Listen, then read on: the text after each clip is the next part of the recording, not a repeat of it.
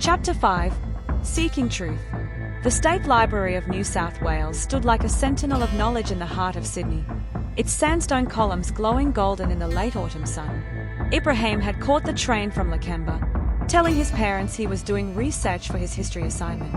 It wasn't entirely a lie. He was searching for history, just not the one his teachers had assigned. Inside the library's reading room, surrounded by the soft whisper of pages and the gentle tapping of keyboards, Ibrahiim began his quest. The pendant from his grandmother's box hung hidden beneath his shirt, a constant reminder of why he was here. "I'm researching Jewish families who migrated to Palestine during the 1930s and 40s, he explained to the librarian, his voice barely above a whisper. The elderly woman's eyes lit up with interest as she guided him through the digital archives and suggested several books on European Jewish migration. Hours melted away as Ibrahiim immersed himself in the stories of families like his grandfather's. The names might have been different, but the patterns were familiar. European Jews fleeing persecution, finding refuge in unexpected places, making impossible choices to survive. His phone buzzed. Another message from Michael. "Mate, where are you? Thought we were meeting at the nets for cricket practice." Ibrahiim ignored it, focusing instead on a photograph in one of the books. It showed a group of Jewish refugees arriving in Palestine, their faces a mixture of relief and uncertainty. He wondered if his grandfather had worn that same expression. The afternoon light was fading when he finally left the library, his backpack heavy with photocopies and notes. Walking through Hyde Park, he found himself studying the faces of passers-by, wondering how many carried hidden histories of their own. At home, his mum Layla was preparing dinner, the kitchen filled with a familiar sense of cumin and coriander. She noticed the library books peeking out of his bag. "What's all this?" she asked, wiping her hands on her apron. Ibrahiim hesitated, then pulled out one of the books. "I want to understand, Mum. About Granddad. About us." Layla's hands stilled. Through the kitchen window, the sunset painted the sky in shades of orange and purple, a palette as complex as their family's history. "Your father finds it difficult to talk about," she said quietly, sitting down at the kitchen table. "When he learned the truth at your age, it changed everything for him." "But we're in Australia now," Ibrahiim argued.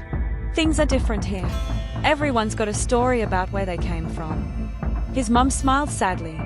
"Some stories are harder to tell than others. Love." The next day at school, Ibrahiim found himself paying closer attention to the subtle signs of identity around him. Sarah Chen, whose parents had fled Vietnam by boat, wore a jade pendant passed down through generations. Ahmed proudly displayed the Palestinian flag on his pencil case. Even Michael had a small cedar tree keychain, a nod to his Lebanese heritage.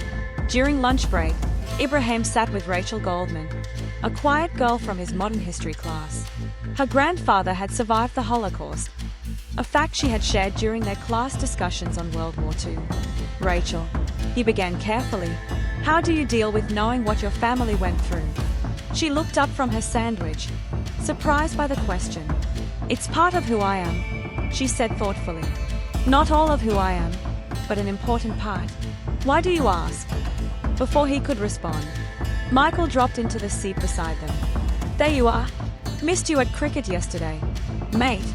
The conversation shifted, but Rachel's words stayed with Ibrahiim. That evening, he found his grandmother Fatima in the garden, tending to the herbs she'd planted to make the Australian backyard feel more like home. "Tata," he said, sitting beside her on the garden bench, "tell me more about Granddad. Not just the secret. Tell me about who he was."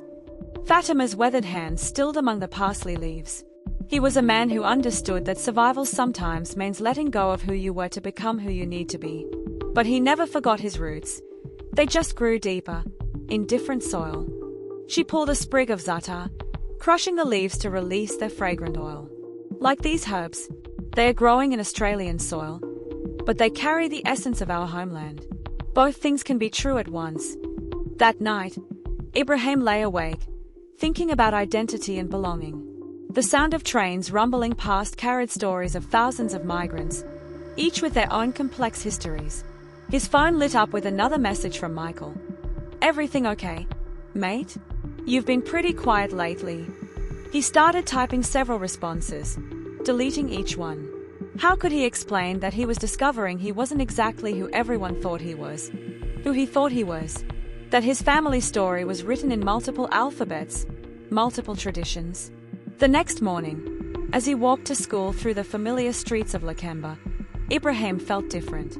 The weight of his family's secret was still there, but it was shifting from a burden to something else. A responsibility, perhaps, or an opportunity to understand himself more deeply. Near the school gates, he paused to watch a group of Year 7 kids playing cricket. They were a perfect picture of modern Australia, faces from every corner of the world, playing together under the shade of eucalyptus trees. Each of them carried their own stories, their own complex identities. Maybe, he thought, that's what his grandfather had understood. Identity wasn't about choosing one truth over another. It was about finding a way to hold multiple truths at once, like the herbs in his grandmother's garden, growing strong in new soil while carrying the essence of somewhere else.